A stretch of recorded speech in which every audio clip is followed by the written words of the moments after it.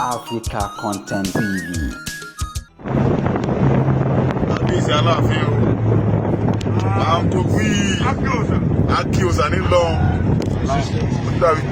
President gangan.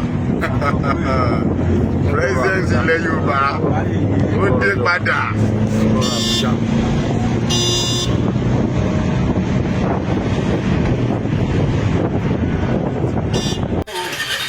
Àkọlé tí Akeem ní Mọ́dọ̀gún. Ọmọ àwọn orúkúsù. Ọmọ àwọn orúkú dàbí. Olùmú àbí bàbá yẹ̀yà. Àbí bàbá yẹ̀yà sábà yẹ̀yà. Ọ̀pọ̀ ìṣẹ́bọ̀lọ́.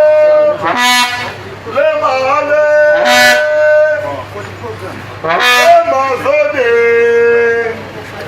Ààrẹ Mọ́dọ̀gún tí kọ̀yọ́ lé Mọ́dọ̀kí ogun.